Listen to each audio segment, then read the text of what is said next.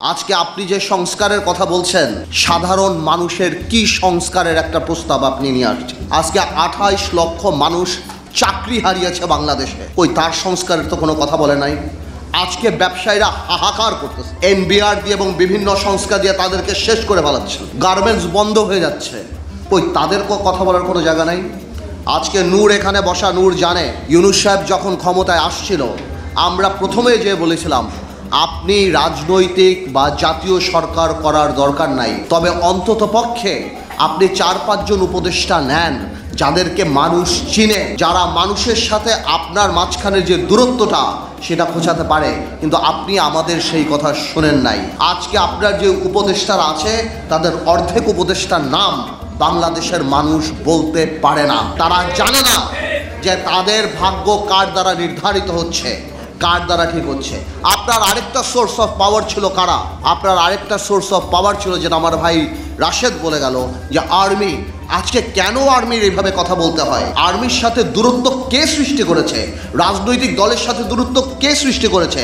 আজকে অনেকেই আমাকে জিজ্ঞেস করে, পার্থ ভাই আপনারা ডিসেম্বরে নির্বাচন চান না? ডিসেম্বরের কথা তো আমরা বলি নাই, আপনি বলেছেন ইউনূস সাহেব জাতির সামনে ডিসেম্বরের কথা।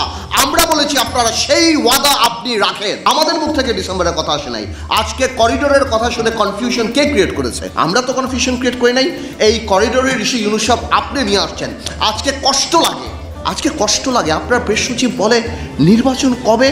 জানুয়ারিতে হতে পারে, ফেব্রুয়ারিতে হতে পারে, মার্চে হতে পারে, এপ্রিলে হতে পারে। এটা কোনো ধরনের কথা?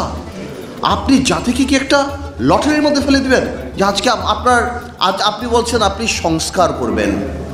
কিসের সংস্কার? এনসিপিকে ক্ষমতায় আনার সংস্কার, এনসিপিকে ভালো করার সংস্কার। দেখুন, এনসিপির প্রতি আমাদের দুর্বলতা আছে। এই যে বৈষম্য বিরোধী ছাত্র আন্দোলন, এদের প্রতি আমাদের দুর্বলতা আছে। আমি ব্যক্তিগতভাবে চাই, যদি এত বড় একটা সংসদ সামনে আসবে, তারা যদি ঠিক করে পলিটিক্স করে সামনে আসতে পারে, I'll be more than happy. And আমি শিওর আমার এখানে যারা বয়স আছে তারা হবে। কিন্তু তারা যে প্রথম থেকে প্রত্যেকটা রাজনৈতিক দলকে আক্রমণের মুখে রেখেছে। এই যে একটা কথা তারা বলে যে বিএনপি আওয়ামী লীগ মুদ্রার এপিট আর ওপিট, আমরা আর আওয়ামী লীগরা বা অন্যান্য দলরা আমরা নাকি মুদ্রার এপিট আর ওপিট। ওনারা কোন কারণে এই কথা বলে?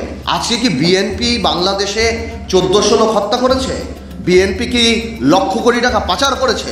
বিএনপি কি 3টা জাতীয় সংসদ নির্বাচন দিনের নির্বাচন রাতে করেছে? মাথায় রাখতে হবে, আওয়ামী লীগ কোনো রাজনৈতিক দল না। Awami League is a criminal enterprise. BNP আর আমরা রাজনৈতিক দল। আজকে বিএনপিকে আমি ধন্যবাদ জানাই যে বিএনপির মতো এত বড় একটা রাজনৈতিক দল, হয়তো ইলেকট্রাল রেটে আমরা ওরকম ইম্পর্টেন্ট নাও হতে পারি, কিন্তু রাজনীতিতে হয়তো আমরা রেলিভেন্ট। আজকে বিএনপি 31 দফা করার সময় আমাদের সাথে কথা বলেছে, আমাদের কাছ থেকে অনেক ধরনের অ্যাডভাইস নিয়েছে। কিন্তু কষ্ট লাগে এনসিপি আপনাদের জন্য, আর আপনারা এর মধ্যে ইনক্লুডেড অন্তর্ভুক্তি হতে পারেন নাই। আপনাদের দম্ভ, আপনাদের অহংকারের জন্য। মনে রাখবেন, সরকার চালানো আর সরকার নামানো এক জিনিস না। আজকে ইউনূস সাহেব, আপনাকে আরেকটা কথা বলি, আপনার অ্যাসেট কি? You are not a politician. আপনার অ্যাসেট ইন্টেগ্রিটি, আপনার ক্রেডিবিলিটি, আপনার অ্যাসেট। আজকে যখন আমরা দেখি আপনি কি আদমের লাইসেন্স নিচ্ছেন, আপনি ইউনিভার্সিটির লাইসেন্স নিচ্ছেন, আপনার অনেক কিছু মাফ হয়ে যাচ্ছে। আপনার ওখানে যে উপদেষ্টারা বসা, সেই উপদেষ্টারা রাত্রেবেলা এনসিপির সাথে বসে, সেখানে বসে কোন কফি হাউসে বসে সব কিছু ঠিক করছে। আপনার মন খারাপ, আপনি পদত্যাগ করতে যান, সেই জিনিস আমাদের জানতে হবে এনসিপির নেতা নাহিদের কাছ থেকে। এটা আমাদের জন্য লজ্জাকর ব্যাপার। আপনি আজকে যে পারমিশনগুলি নিয়েছেন, এই পারমিশনগুলি হয়তো কোনো একটা গণতান্ত্রিক সরকার আসলে আপনি নিতে পারতেন, কিন্তু আজকে নিয়ে আপনার ইন্টিগ্রিটি অ্যাটাক করার, আপনার ইন্টিগ্রিটিকে প্রশ্নবিদ্ধ করার কোনো দরকার ছিল না। এই জন্য আমরা বলতে চাই, আমরা জানি আপনি রাজনীতিবিদ না, আমরা জানি আপনার আশেপাশে রাজনীতি নাই। আপনি এখন নির্বাচনের ডেটটা দিয়ে দেন বাংলাদেশে। আমরা সবাই বলছি যে ডিসেম্বরের মধ্যে নির্বাচনটা আপনি যদি দিয়ে দেন, এই দেশে সব কিছু একটা লাইনের মধ্যে চলে যাবে। আজকে ব্যবসায়ীরা ইনভেস্ট করে না কোথাও, তারা মনে করে ভাই ইলেকশনের পর কি হবে, প্রশাসন কারা আসবে, কোথায় কি হবে, চাকরি বাকরি ব্যবসা থেকে আরম্ভ করে সব কিছু আপনি একটা কনফিউশনের মধ্যে আপনি ফেলে দিয়েছেন বাংলাদেশে। আজকে আমাদের কষ্ট লাগে, আমি রিপিট করতে চাই না। অনেকেই বলে আপনি বিদেশের মাটিতে কত বড় মিসলিডিং ইনফরমেশন দেন। আপনি বলে একটা বিএনপির মতো একটা রাজনৈতিক দল ছাড়া আর কেউ চায় না। তো আপনি তো ওই রাজনৈতিক দলটার দৈর্ঘ্য হওয়ার কথাও জাপানে বলে দিতেন যে ওই রাজনৈতিক দলটা কত বড়, ওই রাজনৈতিক দলটার সাপোর্টেই আপনি যে ওই চেয়ারে বসে আছেন, ওই রাজনৈতিক দলটার সঙ্গেই যুগপৎ আন্দোলনে আমরা সবাই ছিলাম। তাহলে এত বড় মিসলিডিং ইনফরমেশন আপনি দিতে পারেন না।